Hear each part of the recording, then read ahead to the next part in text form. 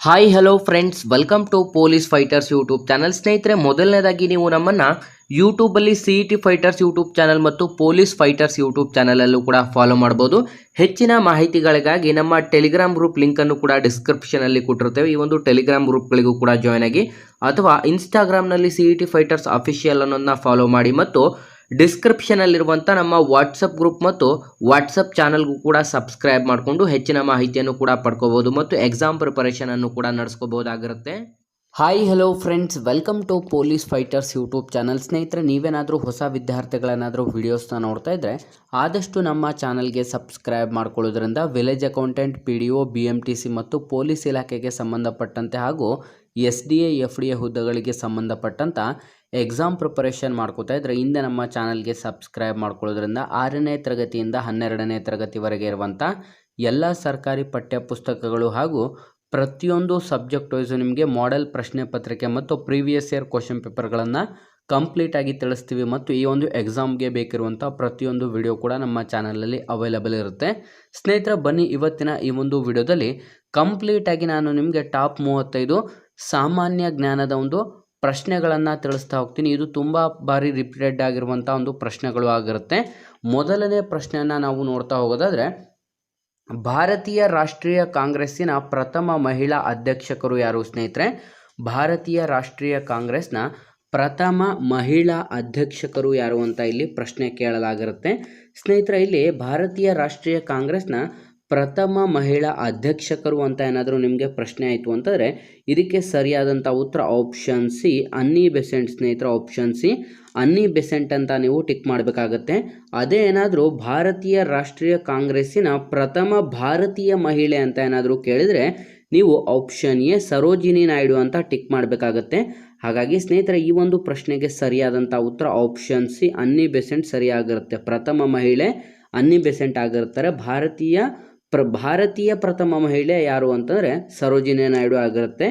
Next ಎರಡನೇ ಪ್ರಶ್ನೆ ಕಡೆಗೆ ಬರೋದಾದರೆ, ನ್ಯಾಷನಲ್ ಹೆರಾಲ್ಡ್ ಪತ್ರಿಕೆಯ ಸಂಸ್ಥಾಪಕರು ಯಾರು? ಸ್ನೇಹಿತರೆ, ನಾವು ಈ ರೀತಿ ಸ್ಟಾರ್ ಮಾರ್ಕ್ ಮೆನ್ಷನ್ ಮಾಡಿದ್ದೀವಿ ಅಂತಂದರೆ ಇದು ತುಂಬ ಇಂಪಾರ್ಟೆಂಟ್ ಪ್ರಶ್ನೆ ಆಗಿರುತ್ತೆ. ನ್ಯಾಷನಲ್ ಹೆರಾಲ್ಡ್ ಪತ್ರಿಕೆಯ ಒಂದು ಸ್ಥಾಪಕರು ಯಾರು ಅಂತ ಇಲ್ಲಿ ಪ್ರಶ್ನೆ ಆಗಿರುತ್ತೆ. ಸ್ನೇಹಿತರೆ, ಇದು ಕೂಡ ಅಷ್ಟೇ ತುಂಬ ಬಾರಿ ರಿಪೀಟೆಡ್ ಆಗಿರುವಂಥ ಪ್ರಶ್ನೆ ಆಗಿರುತ್ತೆ.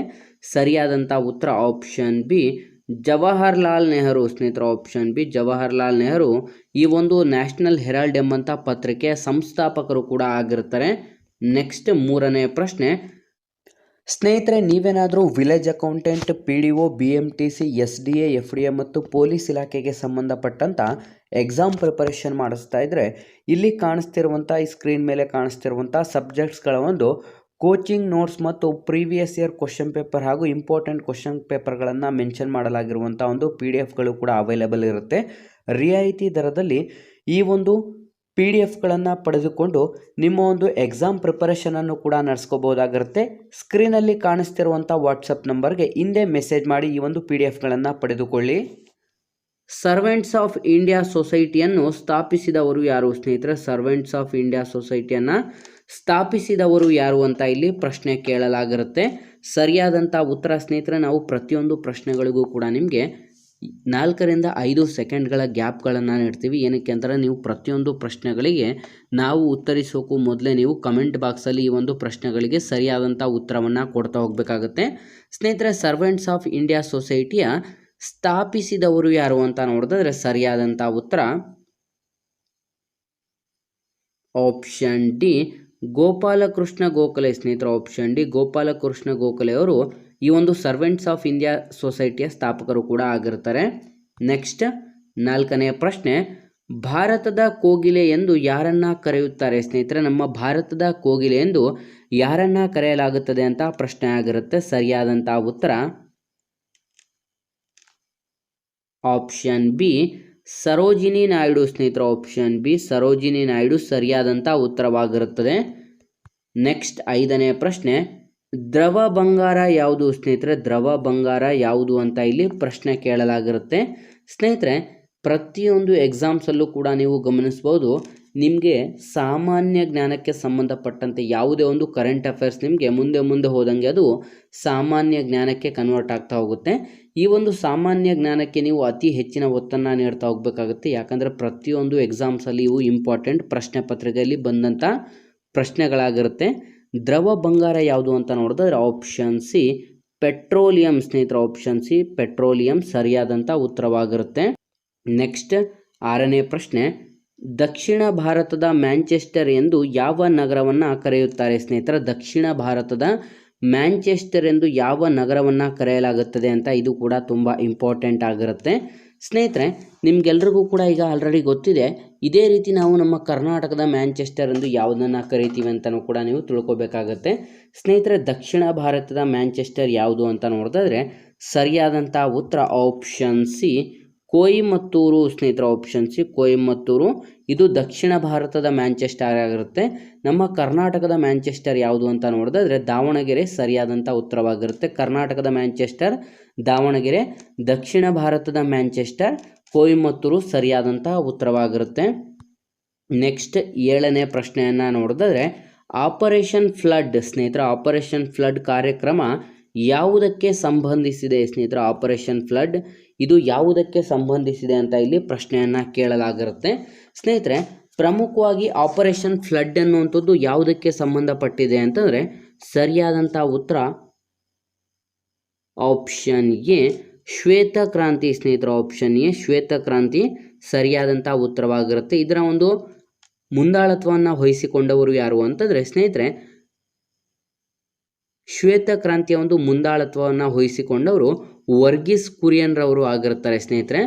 ಆಪರೇಷನ್ ಫ್ಲಡ್ ಯಾವುದಕ್ಕೆ ಸಂಬಂಧಪಟ್ಟಿದೆ ಅಂತಂದರೆ ಇದೊಂದು ಶ್ವೇತಕ್ರಾಂತಿಗೆ ಸಂಬಂಧಪಟ್ಟಿದೆ. ಇದರ ಒಂದು ಮುಂದಾಳತ್ವವನ್ನು ವಹಿಸಿಕೊಂಡವರು ವರ್ಗೀಸ್ ಕುರಿಯನ್ ಆಗಿರ್ತಾರೆ ಸ್ನೇಹಿತರೆ. ಅದೇ ರೀತಿ ಹಸಿರು ಕ್ರಾಂತಿಯ ಪಿತಾಮಹ ಎಂದು MS ಸ್ವಾಮಿನಾಥನ್ ಅವರಿಗೆ ಕರೆಯಲಾಗುತ್ತೆ. ಇದು ಕೂಡ ನಿಮಗೆ 2 ಪಾಯಿಂಟ್ಸ್ಗಳು ಕೂಡ ಜ್ಞಾಪನ ಇರಬೇಕಾಗುತ್ತೆ ಸ್ನೇಹಿತರೆ. ನಾವು ಪ್ರತಿಯೊಂದು ಪ್ರಶ್ನೆಗಳಲ್ಲೂ ಕೂಡ ನಿಮಗೆ ಕೆಲವೊಂದು ಇಂಪಾರ್ಟೆಂಟ್ ಪಾಯಿಂಟ್ಸ್ಗಳನ್ನು ಕೂಡ ತಿಳಿಸ್ತಾ ಹೋಗ್ತೀವಿ. ವಿದ್ಯಾರ್ಥಿಗಳು ನೀವು ಈ ಒಂದು ವಿಡಿಯೋಸ್ನ ನೋಡ್ತಿರೋಂಥವ್ರು ಒಂದು ನೋಟ್ಸ್ ತಗೊಂಡು ಆ ಒಂದು ನೋಟ್ಸಲ್ಲಿ ಕಂಪ್ಲೀಟಾಗಿ ನಾವು ತಿಳಿಸುವಂಥ ಒಂದು ಪ್ರತಿಯೊಂದು ಪ್ರಶ್ನೆಗೆ ಇಂಪಾರ್ಟೆಂಟ್ ಪಾಯಿಂಟ್ಸ್ಗಳನ್ನು ಕೂಡ ನೋಟ್ ಮಾಡ್ತಾ ಹೋಗಬೇಕಾಗುತ್ತೆ.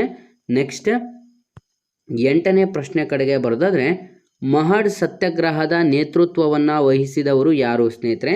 ಮಹಡ್ ಸತ್ಯಾಗ್ರಹದ ನೇತೃತ್ವವನ್ನು ವಹಿಸಿದವರು ಯಾರು ಅಂತ ಇದು ಕೂಡ ಮೋಸ್ಟ್ ರಿಪೀಟೆಡ್ ಪ್ರಶ್ನೆ ಕೂಡ ಆಗಿರುತ್ತೆ.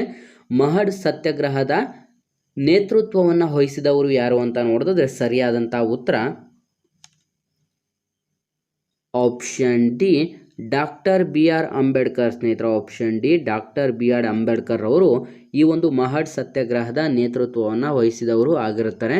ನೆಕ್ಸ್ಟ್ 9ನೇ ಪ್ರಶ್ನೆ, ಅದ್ವೈತ ಸಿದ್ಧಾಂತದ ಪ್ರತಿಪಾದಕರು ಯಾರು ಸ್ನೇಹಿತರೆ? ಅದ್ವೈತ ಸಿದ್ಧಾಂತದ ಪ್ರತಿಪಾದಕರು ಯಾರು ಅಂತ ಇಲ್ಲಿ ಪ್ರಶ್ನೆ ಕೇಳಲಾಗಿರುತ್ತೆ ಸ್ನೇಹಿತರೆ. ಪ್ರಮುಖವಾಗಿ ನಿಮಗೆ ಈ ಒಂದು ಅದ್ವೈತ ಸಿದ್ಧಾಂತಗಳು ಪ್ರಮುಖವಾಗಿ ನಿಮಗೆ ಅತಿ ಮುಖ್ಯವಾಗಿ ಬರುವಂಥ ಸಿದ್ಧಾಂತಗಳು ಯಾವೆಲ್ಲ ಇದ್ದಾವೆ ಅಂತಲೂ ಕೂಡ ನೀವು ತಿಳ್ಕೋಬೇಕಾಗತ್ತೆ. ಅದಕ್ಕೆ ಅತಿ ಮುಖ್ಯವಾಗಿ ಸ್ನೇಹಿತರೆ ಅದ್ವೈತ ಸಿದ್ಧಾಂತವನ್ನು ಪ್ರತಿಪಾದಿಸಿದವರು ಯಾರು ಅಂತ ನೋಡಿದ್ರೆ ಆಪ್ಷನ್ ಎ ಶಂಕರಾಚಾರ್ಯರು ಸ್ನೇಹಿತರೆ. ಶಂಕರಾಚಾರ್ಯರು ಆಪ್ಷನ್ ಎ ಸರಿಯಾದಂಥ ಉತ್ತರವಾಗಿರುತ್ತೆ ಸ್ನೇಹಿತರೆ. ಇದಕ್ಕೆ ಶಾರ್ಟ್ ಫಾರ್ಮ್ ಆಗಿ ನಿಮಗೆ ವಿ ಸ್ನೇಹಿತರೆ. ಅತಿ ಮುಖ್ಯವಾಗಿ ಈ ಒಂದು ಪ್ರಶ್ನೆಗಳಿಗೆ ನೀವು ಏನು ಮಾಡಬೇಕು ಅಂತಂದರೆ ಎಲ್ಲ ಒಂದು ಪ್ರಶ್ನೆಗಳನ್ನು ನೀವು ಜ್ಞಾಪನದಲ್ಲಿ ಇಟ್ಕೊಳ್ಳೋಕ್ಕಾಗಲ್ಲ. ಹಾಗಾಗಿ ಆದಷ್ಟು ನೀವು ಶಾರ್ಟ್ ಫಾರ್ಮನ್ನು ಮಾಡಿಕೊಂಡು ಈ ಒಂದು ಪ್ರಶ್ನೆಗಳಿಗೆ ಉತ್ತರವನ್ನು ಕಂಡುಕೊಳ್ಳಬೇಕಾಗಿರುತ್ತೆ ಸ್ನೇಹಿತರೆ. ಹಾಗಾಗಿ ವಿದ್ಯಾರ್ಥಿಗಳು ಆದಷ್ಟು ನೀವು ಶಾರ್ಟ್ ಫಾರ್ಮ್ಗಳನ್ನು ಎಷ್ಟು ಉಪಯೋಗಿಸ್ತೀರ ಆ ಒಂದು ಶಾರ್ಟ್ ಫಾರ್ಮ್ಗಳನ್ನು ಅಷ್ಟೇ ಬಾರಿ ನೀವು ರಿಪೀಟೆಡ್ ಮಾಡ್ತಾ ಹೋದರೆ ಅಂತಂದರೆ ರಿಪೀಟೆಡ್ ಆಗಿ ಗ್ಲಾನ್ಸ್ ಮಾಡ್ತಾ ಹೋದರೆ ನಿಮ್ಮ ಮನಸ್ಸಲ್ಲಿ ಇರುತ್ತೆ. ಇಲ್ಲ ಅಂತಂದರೆ ಆ ಒಂದು ಶಾರ್ಟ್ ಫಾರ್ಮ್ಗಳು ಮರೆತೋಗಿ ಎಕ್ಸಾಮಲ್ಲಿ ನೀವು ತಪ್ಪು ಮಾಡುವಂಥ ಸಾಧ್ಯತೆಗಳು ಕೂಡ ಇರುತ್ತೆ ಸ್ನೇಹಿತರೆ. ಅದ್ವೈತ ಸಿದ್ಧಾಂತವನ್ನು ಶಂಕರಾಚಾರ್ಯರು ಪ್ರತಿಪಾದಿಸುತ್ತಾರೆ. ನೆಕ್ಸ್ಟ್ 10ನೇ ಪ್ರಶ್ನೆ, ಕರ್ನಾಟಕಕ್ಕೆ ಸಂಬಂಧಿಸಿದಂಥ ಕಲೆ ಯಾವುದು ಸ್ನೇಹಿತರೆ? ಈ ಕೆಳಕಂಡ ಯಾವ ಒಂದು ಕಲೆ ಕರ್ನಾಟಕಕ್ಕೆ ಸಂಬಂಧಿಸಿದೆ ಅಂತ ಪ್ರಶ್ನೆ ಕೂಡ ಆಗಿರುತ್ತೆ ಸ್ನೇಹಿತರೆ. ಸರಿಯಾದಂಥ ಉತ್ತರ ಆಪ್ಷನ್ ಡಿ ಯಕ್ಷಗಾನ ಸ್ನೇಹಿತರೆ. ಆಪ್ಷನ್ ಡಿ ಯಕ್ಷಗಾನ ಸರಿಯಾದಂಥ ಉತ್ತರವಾಗಿರುತ್ತೆ ಸ್ನೇಹಿತರೆ. ಯಕ್ಷಗಾನದಲ್ಲಿ 2 ವಿಧಗಳು ಬರುತ್ತೆ, ತೆಂಗುತಿಟ್ಟು ಮತ್ತು ಬಡಗುತಿಟ್ಟು ಅನ್ನುವಂಥದ್ದು 2 ವಿಧಗಳನ್ನು ಕೂಡ ನಾವು ಕಾಣಬಹುದಾಗಿರುತ್ತೆ ಸ್ನೇಹಿತರೆ. ಪ್ರಮುಖವಾಗಿ ನಾವು ಇಲ್ಲಿ ಕೊಟ್ಟಿರುವಂಥ ಒಂದು ನೃತ್ಯಗಳು ಯಾವೆಲ್ಲ ಸ್ಟೇಟ್ಸ್ಗೆ ಸಂಬಂಧಪಡುತ್ತೆ ಅಂತ ನೋಡಿದ್ರೆ ಕಥಕ್ ಅನ್ನುವಂಥದ್ದು ಉತ್ತರ ಭಾರತಕ್ಕೆ ಸಂಬಂಧಪಟ್ಟಿರುತ್ತೆ. ಕಥಕ್ಕಳಿ ಇದು ಕೇರಳಕ್ಕೆ ಸಂಬಂಧಪಟ್ಟಿದ್ರೆ ಕುಚ್ಚುಪುಡಿ ಇದು ಆಂಧ್ರ ಪ್ರದೇಶಕ್ಕೆ ಸಂಬಂಧಪಟ್ಟಿರುತ್ತೆ. ಯಕ್ಷಗಾನ ಇನ್ನೇನು ನಿಮಗೆ ಎಲ್ರಿಗೂ ಕೂಡ ಗೊತ್ತಿದೆ, ನಮ್ಮ ಕರ್ನಾಟಕಕ್ಕೆ ಸಂಬಂಧಪಟ್ಟಿರುತ್ತೆ ಸ್ನೇಹಿತರೆ. ಕಥಕ್ ಉತ್ತರ ಭಾರತ. ನೆಕ್ಸ್ಟ್ ಕಥಕ್ಕಳಿ ಕೇರಳ ಸಂಬಂಧಪಟ್ಟಿರುತ್ತೆ. ಕುಚ್ಚುಪುಡಿ ಆಂಧ್ರ ಪ್ರದೇಶ. ಸ್ನೇಹಿತರೆ ಇದಿಷ್ಟು ಕೂಡ ನಿಮಗೆ ಗೊತ್ತಿರಬೇಕಾಗುತ್ತೆ. ಇಂಪಾರ್ಟೆಂಟ್ ಆದಂಥ ಒಂದು ಡ್ಯಾನ್ಸಿಂಗ್ ಫಾರ್ಮ್ ಕೂಡ ಇದಾಗಿರುತ್ತೆ. ನೆಕ್ಸ್ಟ್ 11ನೇ ಪ್ರಶ್ನೆ, ಕೃಷ್ಣದೇವರಾಯ ಯಾವ ರಾಜ್ಯವಂಶಕ್ಕೆ ಸೇರಿದವನು? ಸ್ನೇಹಿತರೆ ಕೃಷ್ಣದೇವರಾಯರು ಈ ಕೆಳಕಂಡ ಯಾವ ರಾಜ್ಯವಂಶಕ್ಕೆ ಸೇರಿರ್ತಾರೆ ಅಂತ ಪ್ರಶ್ನೆ ಆಗಿರುತ್ತೆ. ಸ್ನೇಹಿತರೆ ಪ್ರಮುಖವಾಗಿ ನಿಮಗೆ ಇದರ ಜೊತೆಗೆ ಇನ್ನೊಂದು ಪ್ರಶ್ನೆಯನ್ನು ಕೂಡ ಕೇಳಲಾಗುತ್ತದೆ. ವಿಜಯನಗರ ಸಾಮ್ರಾಜ್ಯ ಸ್ಥಾಪನೆಯಾಗದ್ದು ಯಾವಾಗ ಅಂತ 1336ರಲ್ಲಿ ವಿಜಯನಗರ ಸಾಮ್ರಾಜ್ಯ ಸ್ಥಾಪನೆ ಕೂಡ ಆಗಿರುತ್ತೆ. ಸ್ನೇಹಿತರೆ ಈ ಒಂದು ವಿಜಯನಗರ ಸಾಮ್ರಾಜ್ಯದ ರಾಜ ಮನೆತನಗಳು ಯಾವುದು ಅಂತಂದರೆ ಸಂಗಮ, ಸಾಳುವ, ತುಳುವ, ಅರವೀಡ. ಸ್ನೇಹಿತರೆ ಇವು 4 ರಾಜವಂಶಸ್ಥರು ಈ ಒಂದು ರಾಜ್ಯವನ್ನು ಆಳ್ವಿಕೆ ಮಾಡಿರ್ತಾರೆ. ಇದರಲ್ಲಿ ಕೃಷ್ಣದೇವರಾಯರು ಯಾವ ಒಂದು ರಾಜ್ಯಕ್ಕೆ ಸೇರಿರುತ್ತಾರೆ ಅಥವಾ ಯಾವ ಒಂದು ರಾಜ್ಯಕ್ಕೆ ಸಂಬಂಧಪಡುತ್ತಾರೆ ಅಂತ 11ನೇ ಪ್ರಶ್ನೆ ಕೇಳಲಾಗಿರುತ್ತೆ. ಸ್ನೇಹಿತರೆ ಇದು ಮೋಸ್ಟ್ ರಿಪೀಟೆಡ್ ಪ್ರಶ್ನೆ ಕೂಡ ಆಗಿರುತ್ತೆ. ಸರಿಯಾದಂಥ ಉತ್ತರ ಆಪ್ಷನ್ ಬಿ, ತುಳುವ ವಂಶಸ್ಥರಿಗೆ. ಸ್ನೇಹಿತರೆ ಆಪ್ಷನ್ ಬಿ, ತುಳುವ ವಂಶಸ್ಥರಿಗೆ ಕೃಷ್ಣದೇವರಾಯರು ಸೇರುತ್ತಾರೆ ಅಥವಾ ಈ ಒಂದು ರಾಜ್ಯಕ್ಕೆ ಸೇರಿದವರು ಆಗಿರುತ್ತಾರೆ. ವಿಜಯನಗರ ಸಾಮ್ರಾಜ್ಯ 1336ರಲ್ಲಿ ಸ್ಥಾಪನೆ ಕೂಡ ಆಗುತ್ತದೆ. ನೆಕ್ಸ್ಟ್ 12ನೇ ಪ್ರಶ್ನೆ, ಕೆಳಗಿನವುಗಳಲ್ಲಿ ಯಾವುದು ಕಬ್ಬಿಣದ ಅದಿರು ಅಲ್ಲ? ಸ್ನೇಹಿತರೆ ಈ ಕೆಳಗಿನವುಗಳಲ್ಲಿ ಯಾವುದು ಕಬ್ಬಿಣದ ಅದಿರು ಅಲ್ಲ? ಸ್ನೇಹಿತರೆ ನೀವು ವಿದ್ಯಾರ್ಥಿಗಳು ಕಂಪ್ಲೀಟಾಗಿ ಪ್ರಶ್ನೆಯನ್ನು ಕ್ಲೀನಾಗಿ ಒಂದ್ಸಲ ಓದ್ಕೋಬೇಕಾಗತ್ತೆ. ಇಲ್ಲಿ ಅಲ್ಲ ಅಂತ ಇಲ್ಲಿ ಕೇಳಲಾಗಿದೆ. ಅಲ್ಲ, ಕಬ್ಬಿಣದ ಅದಿರು ಅಲ್ಲ. ವಿದ್ಯಾರ್ಥಿಗಳು ನೀವೇನು ಮಾಡ್ತೀರಾ, ಸಡನ್ನಾಗಿ ಕಬ್ಬಿಣದ ಅದಿರು ಅಂತ ನೋಡಿದ ತಕ್ಷಣ ಟಿಕ್ ಮಾಡಿಬಿಡ್ತಾರೆ. ಆದರೆ ಇಲ್ಲಿ ಅಲ್ಲ ಅಂತ ಕೇಳಲಾಗಿದೆ. ಸ್ನೇಹಿತರೆ ಹೆಮಟೈಟ್, ಮ್ಯಾಗ್ನಟೈಟ್ ಮತ್ತು ಲಿಮೋನೈಟ್ ಇವು 3 ಕೂಡ ಕಬ್ಬಿಣದ ಅದಿರು ಆಗಿರುತ್ತದೆ. ಆದರೆ ಆಪ್ಷನ್ ಡಿ ಮ್ಯಾಲಫೈಟ್ ಅನ್ನುವಂಥದ್ದು ಇದು ಆಗಿರೋದಿಲ್ಲ. ಹಾಗಾಗಿ ಆಪ್ಷನ್ ಡಿ ಸರಿಯಾದಂಥ ಉತ್ತರ ಕೂಡ ಆಗಿರುತ್ತೆ. ನೆಕ್ಸ್ಟ್ 13ನೇ ಪ್ರಶ್ನೆ, ಯಾವ ಸ್ಥಳದಲ್ಲಿ ಮುಸ್ಲಿಂ ಲೀಗ್ ಸ್ಥಾಪಿಸಲಾಯಿತು? ಸ್ನೇಹಿತರೆ ಈ ಕೆಳಕಂಡ ಯಾವ ಒಂದು ಸ್ಥಳದಲ್ಲಿ ಮುಸ್ಲಿಂ ಲೀಗನ್ನು ಸ್ಥಾಪಿಸಲಾಯಿತು ಅಂತ ಇಲ್ಲಿ ಪ್ರಶ್ನೆ ಕೂಡ ಆಗಿರುತ್ತೆ. ಮುಸ್ಲಿಂ ಲೀಗ್ ಸ್ಥಾಪನೆಯಾದದ್ದು ಎಲ್ಲಿ ಅಂತ ನೋಡೋದಾದ್ರೆ ಸರಿಯಾದಂಥ ಉತ್ತರ ಆಪ್ಷನ್ ಎ ಢಾಕಾದಲ್ಲಿ. ಸ್ನೇಹಿತರೆ ಢಾಕಾದಲ್ಲಿ 1906ರಂದು ಈ ಒಂದು ಮುಸ್ಲಿಂ ಲೀಗ್ ಸ್ಥಾಪನೆ ಕೂಡ ಆಗುತ್ತೆ. ಹಾಗಾಗಿ ಆಪ್ಷನ್ ಎ ಸರಿಯಾದಂಥ ಉತ್ತರ ಕೂಡ ಆಗಿರುತ್ತದೆ. ನೆಕ್ಸ್ಟ್ 14ನೇ ಪ್ರಶ್ನೆ, ಶರಾವತಿ ನದಿಯಿಂದ ಯಾವ ಜಲಪಾತವು ಉಂಟಾಗಿದೆ? ಸ್ನೇಹಿತರೆ ಶರಾವತಿ ನದಿಯಿಂದ ಯಾವ ಜಲಪಾತವು ಉಂಟಾಗಿದೆ ಅಂತ ಇಲ್ಲಿ ಪ್ರಶ್ನೆ ಆಗಿರುತ್ತೆ. ಸ್ನೇಹಿತರೆ ಪ್ರಮುಖವಾಗಿ ನಿಮಗೆಲ್ರಿಗೂ ಕೂಡ ಗೊತ್ತಿದೆ, ಈ ಒಂದು ಶರಾವತಿ ನದಿಯಿಂದ ಉಂಟಾಗಿರುವಂಥ ಜಲಪಾತ ಶಿವಮೊಗ್ಗ ಜಿಲ್ಲೆಯಲ್ಲಿ ಕಾಣಬಹುದಾಗಿರುತ್ತೆ. ಈ ಒಂದು ಜಲಪಾತ ಯಾವುದು ಅಂತ ನೋಡೋದಾದ್ರೆ ಸರಿಯಾದಂಥ ಉತ್ತರ ಆಪ್ಷನ್ ಬಿ ಜೋಗ ಜಲಪಾತ. ಸ್ನೇಹಿತರೆ ಆಪ್ಷನ್ ಬಿ ಜೋಗ್ ಫಾಲ್ಸ್ ಅಥವಾ ಜೋಗ ಜಲಪಾತ ಸರಿಯಾದಂಥ ಉತ್ತರವಾಗಿರುತ್ತೆ. ಶರಾವತಿ ನದಿಯಿಂದ ಈ ಒಂದು ಜೋಗ ಜಲಪಾತ ಉಂಟಾಗಿರುತ್ತದೆ. ರಾಜಾ ರಾಣಿ, ರೂರಲ್ ಮತ್ತು ರಾಕೆಟ್ ಅಂತಲೂ ಕೂಡ 4 ನೇಮ್ಸ್ಗಳಿಂದ ಇದಕ್ಕೆ ಕರೆಯಲಾಗುತ್ತದೆ. ಸ್ನೇಹಿತರೆ ನೆಕ್ಸ್ಟ್ 15ನೇ ಪ್ರಶ್ನೆ, ಲೋಕಸಭೆಯ ಸ್ಪೀಕರ್ ಅವರು ಯಾರಿಗೆ ರಾಜೀನಾಮೆಯನ್ನು ಸಲ್ಲಿಸಬೇಕು? ಸ್ನೇಹಿತರೆ ಲೋಕಸಭೆಯ ಸ್ಪೀಕರ್ ಅವರು ಈ ಕೆಳಕಂಡ ಯಾರಿಗೆ ರಾಜೀನಾಮೆಯನ್ನು ಸಲ್ಲಿಸಬೇಕು ಅಂತ ಇಲ್ಲಿ ಪ್ರಶ್ನೆ ಕೇಳಲಾಗಿದೆ. ಲೋಕಸಭೆಯ ಸ್ಪೀಕರ್ ಸ್ನೇಹಿತರ ಪ್ರಮುಖವಾಗಿ ನೀವು ಇಲ್ಲಿ ಕನ್ಫ್ಯೂಸ್ ಆಗ್ತೀರಾ ಯಾರಿಗೆ ಅಂತ. ಲೋಕಸಭೆಯ ಸ್ಪೀಕರ್ ಅವರೇನಾದರೂ ರಾಜೀನಾಮೆ ಕೊಡ್ತಾ ಇದ್ದಾರೆ ಅಂತಂದರೆ ಅವರ ಒಂದು ರಾಜೀನಾಮೆ ಪತ್ರವನ್ನು ಯಾರಿಗೆ ನೀಡಬೇಕು ಅಂತ ಇಲ್ಲಿ ಪ್ರಶ್ನೆ ಕೇಳಲಾಗಿದೆ. ಸರಿಯಾದಂಥ ಉತ್ತರ ಆಪ್ಷನ್ ಎ ಉಪಸಭಾಪತಿಯವರಿಗೆ. ಸ್ನೇಹಿತರೆ ಆಪ್ಷನ್ ಎ ಉಪಸಭಾಪತಿಯವರಿಗೆ ಅವರು ರಾಜೀನಾಮೆಯನ್ನು ಕೊಡಬೇಕಾಗುತ್ತೆ. ವಿದ್ಯಾರ್ಥಿಗಳು ನೀವು ಇಲ್ಲಿ ರಾಷ್ಟ್ರಪತಿ ಅಂತ ಟಿಕ್ ಮಾಡಿಬಿಡ್ತಾರೆ, ಹಾಗಾಗಿ ಕನ್ಫ್ಯೂಸ್ ಆಗಬೇಡಿ. ಲೋಕಸಭೆಯ ಸ್ಪೀಕರ್ ಅವರು ಉಪಸಭಾಪತಿಗೆ ಅವರ ಒಂದು ರಾಜೀನಾಮೆ ಪತ್ರವನ್ನು ಸಲ್ಲಿಸಬೇಕಾಗುತ್ತದೆ. ನೆಕ್ಸ್ಟ್ 16ನೇ ಪ್ರಶ್ನೆ, ವಿಶ್ವ ಅಭಿವೃದ್ಧಿ ವರದಿಯನ್ನು ಯಾವ ಸಂಸ್ಥೆಯು ಪ್ರಕಟಿಸುತ್ತದೆ? ಸ್ನೇಹಿತರೆ ವಿಶ್ವ ಅಭಿವೃದ್ಧಿ ವರದಿಯನ್ನು ಈ ಕೆಳಕಂಡ ಯಾವ ಒಂದು ಸಂಸ್ಥೆ ಪ್ರಕಟಿಸುತ್ತದೆ ಅಂತ ಪ್ರಶ್ನೆ ಆಗಿರುತ್ತೆ. ಸ್ನೇಹಿತರೆ ವಿಶ್ವ ಅಭಿವೃದ್ಧಿ ವರದಿಯನ್ನು ಆಪ್ಷನ್ ಎ ವಿಶ್ವ ಬ್ಯಾಂಕ್. ಸ್ನೇಹಿತರೆ ವಿಶ್ವ ಅಭಿವೃದ್ಧಿ ವರದಿಯನ್ನು ವಿಶ್ವ ಬ್ಯಾಂಕ್ ಪ್ರಕಟಿಸುತ್ತದೆ. ನೆಕ್ಸ್ಟ್ 17ನೇ ಪ್ರಶ್ನೆ, ಈ ಕೆಳಗಿನವುಗಳಲ್ಲಿ ಯಾವುದು ಕಾಳಿದಾಸನ ಕೃತಿಯಲ್ಲ? ಸ್ನೇಹಿತರೆ ಕಾಳಿದಾಸನ ಕೃತಿಯಲ್ಲ ಅಂತ ಪ್ರಶ್ನೆ ಆಗಿದೆ. ನಾನು ನಿಮಗೆ ಆಗ್ಲೇ ತಿಳಿಸಿದೆ, ವಿದ್ಯಾರ್ಥಿಗಳು ಪ್ರಶ್ನೆನ ಕೊನೆವರೆಗೂ ಓದಬೇಕಾಗತ್ತೆ. ಕಾಳಿದಾಸನ ಕೃತಿ ಅಲ್ಲ ಅಂತ ಇಲ್ಲಿ ಪ್ರಶ್ನೆ ಕೇಳಲಾಗಿರುತ್ತೆ. ಸ್ನೇಹಿತರೆ, ಆಪ್ಷನ್ ಎ ಕುಮಾರ ಸಂಭವ, ಅಭಿಜ್ಞಾನ ಶಾಕುಂತಲ ಮತ್ತು ಮೇಘದೂತ ಇವು ಮೂರು ಕೂಡ ಕಾಳಿದಾಸ ಅವರ ಕೃತಿಗಳು ಆಗಿರುತ್ತದೆ. ಆದರೆ ಆಪ್ಷನ್ ಡಿ ಮೃಶ್ಚಕಟಿಕ ಇದು ಆಗಿರೋದಿಲ್ಲ. ಇದು ಶೂದ್ರಕನ ಮೃಶ್ಚಕಟಿಕ ಅಂತ ಓದಿರ್ತಾರೆ. ಇದು ಶೂದ್ರಕ ಬರೆದಂಥ ಒಂದು ಮೃಶ್ಚಕಟಿಕ ಆಗಿರುತ್ತೆ. ಹಾಗಾಗಿ ಆಪ್ಷನ್ ಡಿ ಅನ್ನು ಹೊರತುಪಡಿಸಿ ಆಪ್ಷನ್ ಎ, ಬಿ ಮತ್ತು ಸಿ ಮೂರು ಕೂಡ ಕಾಳಿದಾಸ ಅವರು ಬರೆದಂಥ ಕೃತಿ ಕೂಡ ಆಗಿರುತ್ತದೆ. ಆದರೆ ಡಿ ಮೃಶ್ಚಕಟಿಕ ಇದು ಶೂದ್ರಕ ಅವರು ಬರೆದಂಥ ಕೃತಿ ಆಗಿರುತ್ತದೆ. ನೆಕ್ಸ್ಟ್ 18ನೇ ಪ್ರಶ್ನೆ, ರಾಣಿ ತ್ರಿಶಲ ಯಾರ ತಾಯಿ ಆಗಿರ್ತಾರೆ ಸ್ನೇಹಿತರೆ? ರಾಣಿ ತ್ರಿಶಲ ಇವರು ಯಾರ ತಾಯಿ ಆಗಿರ್ತಾರೆ ಅಂತ ಪ್ರಶ್ನೆ ಆಗಿರುತ್ತೆ.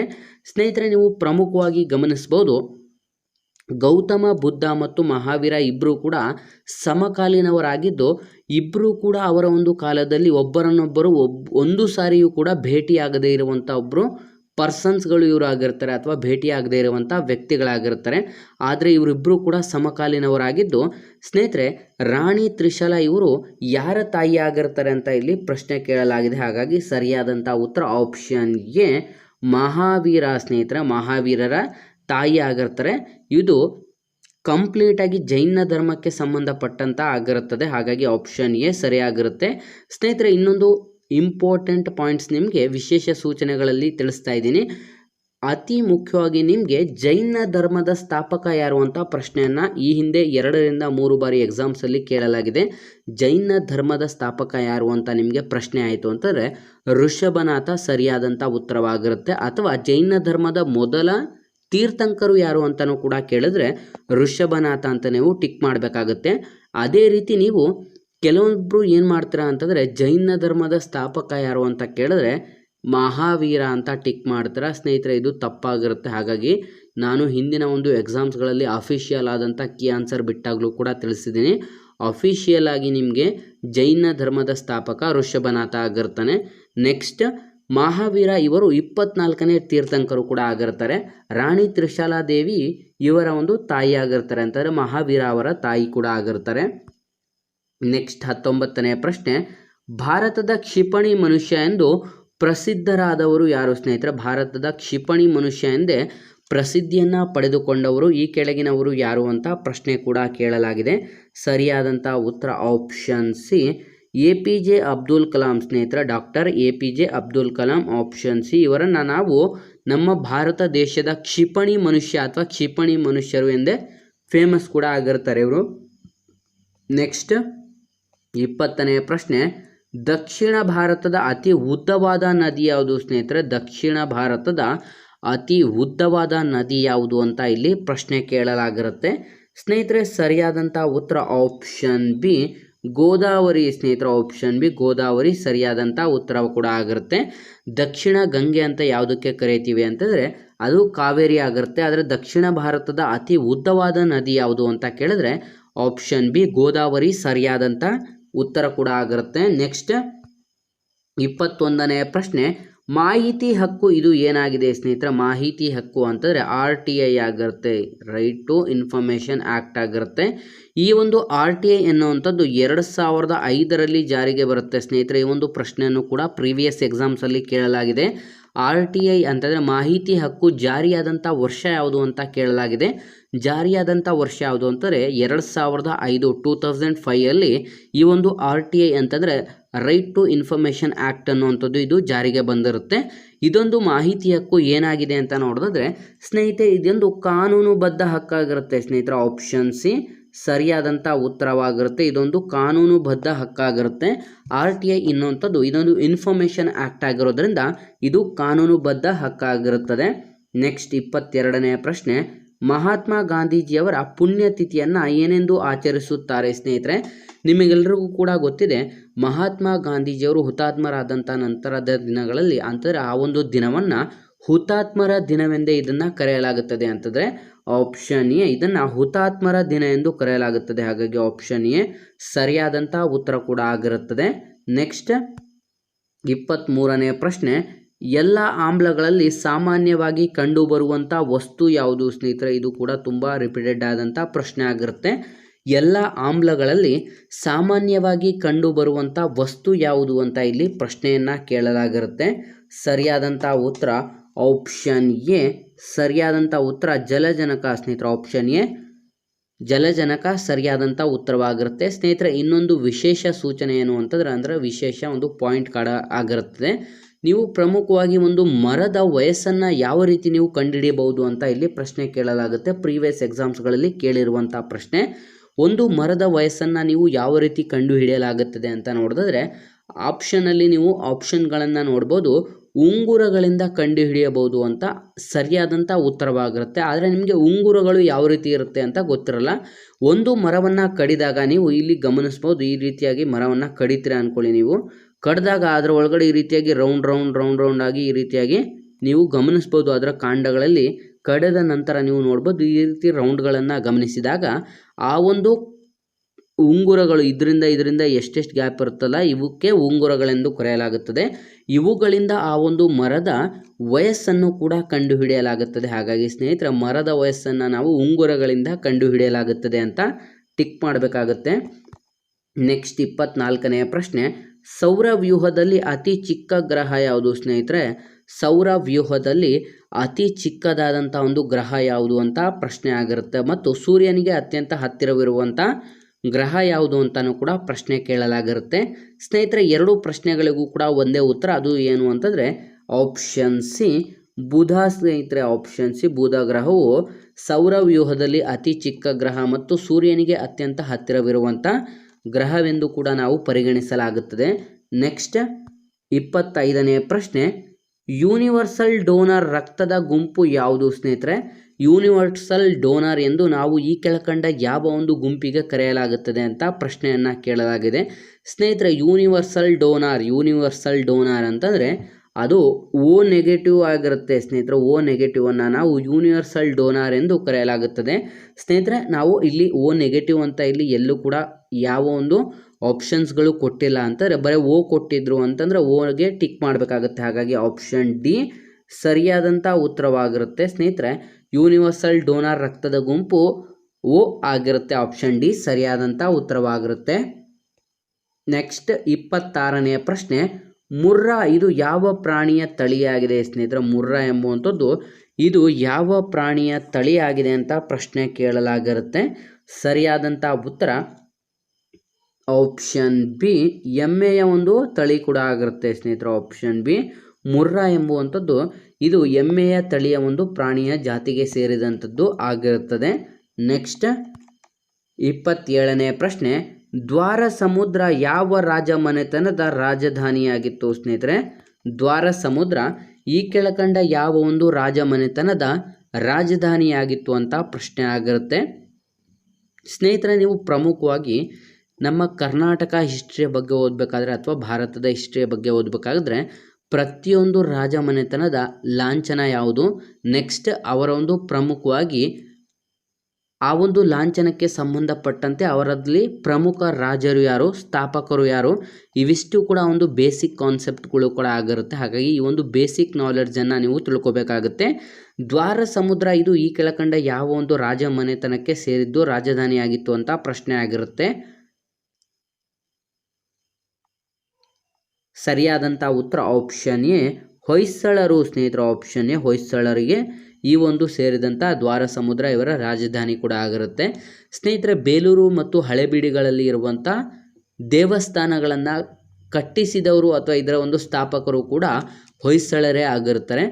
ಬೇಲೂರಿನಲ್ಲಿ ನೀವು ಶ್ರೀ ಚೆನ್ನಕೇಶ್ವರ ದೇವಸ್ಥಾನವನ್ನು ಕೂಡ ನೀವು ಕಾಣಬಹುದು. ಹಾಗಾಗಿ ಆಪ್ಷನ್ ಎ ಸರಿಯಾದಂಥ ಉತ್ತರವಾಗಿರುತ್ತೆ. ನೆಕ್ಸ್ಟ್ 28ನೇ ಪ್ರಶ್ನೆ. ರಾಷ್ಟ್ರಕೂಟರ ಮೂಲ ಪುರುಷ ಯಾರು ಸ್ನೇಹಿತರೆ? ರಾಷ್ಟ್ರಕೂಟರ ಮೂಲ ಪುರುಷ ಯಾರು ಅಂತ ಇಲ್ಲಿ ಪ್ರಶ್ನೆಯನ್ನು ಕೇಳಲಾಗಿದೆ. ಸರಿಯಾದಂಥ ಉತ್ತರ ಆಪ್ಷನ್ ಸಿ ದಂತಿದುರ್ಗ ಸ್ನೇಹಿತರೆ. ನಾನು ನಿಮಗೆ ಆಗಲೇ ತಿಳಿಸಿದೆ, ಪ್ರತಿಯೊಂದು ರಾಜಮನೆತನದ ಪ್ರಮುಖ ರಾಜರು ಯಾರು, ಅವರ ಒಂದು ಲಾಂಛನ ಯಾವುದು ಮತ್ತು ಅವರ ರಾಜಧಾನಿ ಯಾವುದು ಅಂತ ನೀವು ತಿಳ್ಕೊಬೇಕು ಅಂತ ತಿಳಿಸಿದ್ದೆ. ಹಾಗಾಗಿ ರಾಷ್ಟ್ರಕೂಟರ ಮೂಲ ಪುರುಷ ದಂತಿದುರ್ಗ ಸರಿಯಾದಂಥ ಉತ್ತರವಾಗಿರುತ್ತೆ. ನೆಕ್ಸ್ಟ್ 29ನೇ ಪ್ರಶ್ನೆ. ನಗಿಸುವ ಅನಿಲ ಯಾವುದು? ನಗಿಸುವ ಅನಿಲ ಯಾವುದು ಅನ್ನುವಂಥದ್ದು ಇಂಪಾರ್ಟೆಂಟ್ ಪ್ರಶ್ನೆ ಕೂಡ ಆಗಿರುತ್ತೆ. ಸ್ನೇಹಿತರೆ, ನಗಿಸುವ ಅನಿಲ ಅಂತ ನಾವು ಯಾವುದಕ್ಕೆ ಕರೆಯಲಾಗುತ್ತದೆ ಅಂತಂದರೆ ನೈಟ್ರಿಕ್ ಆಕ್ಸೈಡ್. ಸ್ನೇಹಿತರೆ, ಆಪ್ಷನ್ ಡಿ ನೈಟ್ರಿಕ್ ಆಕ್ಸೈಡ್ಗೆ ನಾವು ಅಥವಾ ಲಾಫಿಂಗ್ ಗ್ಯಾಸ್ ಅಂತಲೂ ಕೂಡ ಕರೆಯಲಾಗುತ್ತದೆ, ಅಥವಾ ನಗಿಸುವ ಅನಿಲ ಅಥವಾ ಲಾಫಿಂಗ್ ಗ್ಯಾಸ್ ಅಂತಲೂ ಕೂಡ ಇದಕ್ಕೆ ಕರೆಯಲಾಗುತ್ತದೆ. ನೆಕ್ಸ್ಟ್ 30ನೇ ಪ್ರಶ್ನೆ ಕಡೆಗೆ ಬರೋದಾದರೆ ಹಾಲಿನಲ್ಲಿರುವಂಥ ಸಕ್ಕರೆ ಯಾವುದು ಸ್ನೇಹಿತರೆ? ಹಾಲಿನಲ್ಲಿರುವಂಥ ಸಕ್ಕರೆ ಯಾವುದು ಅಂತ ನಾವು ನೋಡಿದ್ರೆ ಸರಿಯಾದಂಥ ಉತ್ತರ ಆಪ್ಷನ್ ಡಿ ಲ್ಯಾಕ್ಟೋಸ್ ಆಗಿರುತ್ತೆ ಸ್ನೇಹಿತರೆ. ಆಪ್ಷನ್ ಡಿ ಲ್ಯಾಕ್ಟೋಸ್ ಎಂಬುವಂಥ ಒಂದು ಪದಾರ್ಥವನ್ನು ಅಥವಾ ಸಕ್ಕರೆಯ ಅಂಶವನ್ನು ನಾವು ಹಾಲಿನಲ್ಲಿ ಕಾಣಬಹುದಾಗಿರುತ್ತದೆ.